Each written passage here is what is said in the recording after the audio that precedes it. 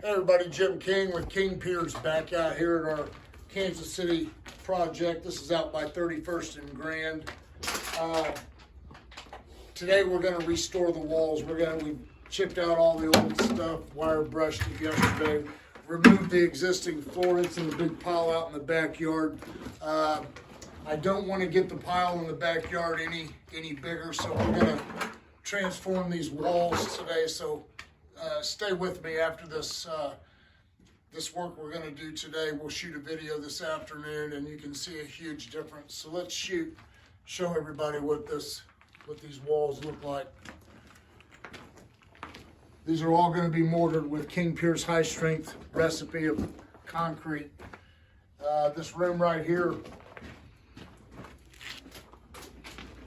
you will not recognize this room when we're finished, so stay with us on these videos. Give us a like, share our videos. If you know anybody that has a old historic home and they want to restore it, have them call me. The estimates are free.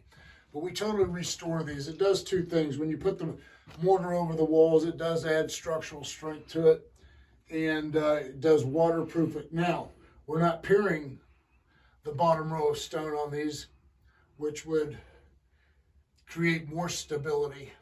So in the future, one of these stones from the dirt on the outside of the wall, hydrostatic pressure could move one of these stones a fraction of an inch, and it can cause a crack in the mortar. So what I tell homeowners is call me when you have the crack, and I'll send somebody over and we'll seal the crack with NP 150 polyurethane. We'll wait about 30 minutes and let it dry, and then we'll coat the wall where we repaired the crack with waterproofing paint so it all matches.